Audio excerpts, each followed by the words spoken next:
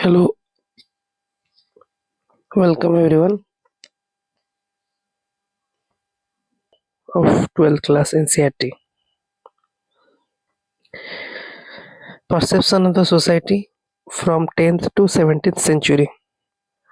Women and men have traveled in search of work to escape from natural disaster as traders, merchants, soldiers, priests, pilgrims, and or driven by a sense of adventures.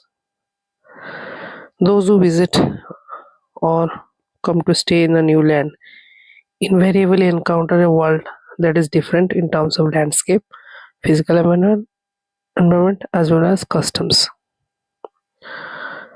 languages, beliefs, practices of the people also differs. Many of them try to adapt to the various differences while others, somewhat exceptional, note them and carefully in their account. So this chapter tells about the perception of the society through the eyes of the travelers. For UPC point of view, we will remember different travelers mentioned here in the NCRT, and we will try to focus how we can use this in our mains answer writing if it is needed. Here one example is there. The most important description of the city of Vijayanagar in the 15th century comes from Abdur Razak Samarkandi, a diplomat who came visiting from Herat. So we should remember Abdur Razak Samarkandi from Herat visited Vijayanagar Empire. In few cases, travelers did not go to the distant lands. For example, Mughal Empire, the administrator sometimes traveled within the empire and recorded the observations. Some travelers are confined to their empire also. Some of them are interested in looking popular customs, folklores, and tradition of their own land.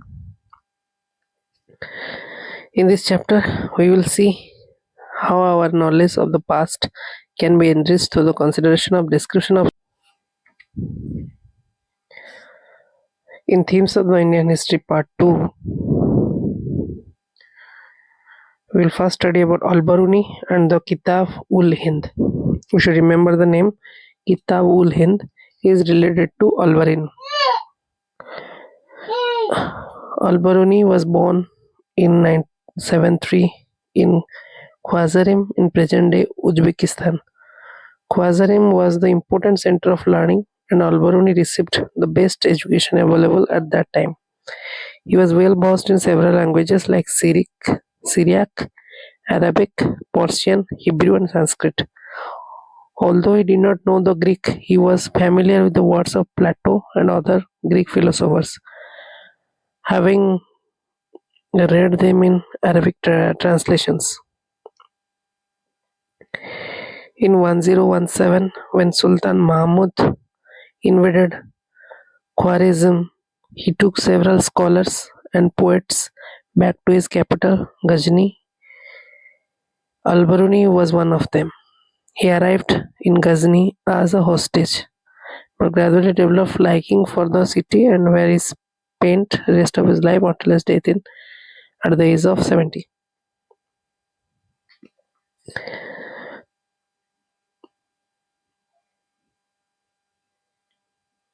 Al-Baruni describes his work as a help to those who want to discuss religious questions with them, the Hindus, and a repertory information to those who want to associate with them. Al-Baruni expertise in several languages allowed him to compare languages, translate text. He translated. It was in Ghazni that Al-Baruni developed an interest in India. This was not unusual. Sanskrit works on astronomy, mathematics, medicines have been translated to Arabic from 18th century onwards. When Punjab became the part of Ghaznavid empire. Contacts with the local population help to create an environment of mutual trust and understanding. Al-Biruni spent years in the company of Brahmana priests and scholars in learning Sanskrit and studying religious and philosophical texts.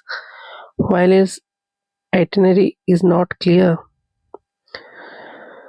it is likely that he traveled widely in Punjab and northern parts of India. Travel literature was already an accepted part of Arabic literature by that time he wrote. This literature dealt with land as far apart as Sahara Desert in the west of river Volga in the north. So while people in India would have read Al-Biruni before 1500, many others outside India may have done so. The Kitab-ul-Hind.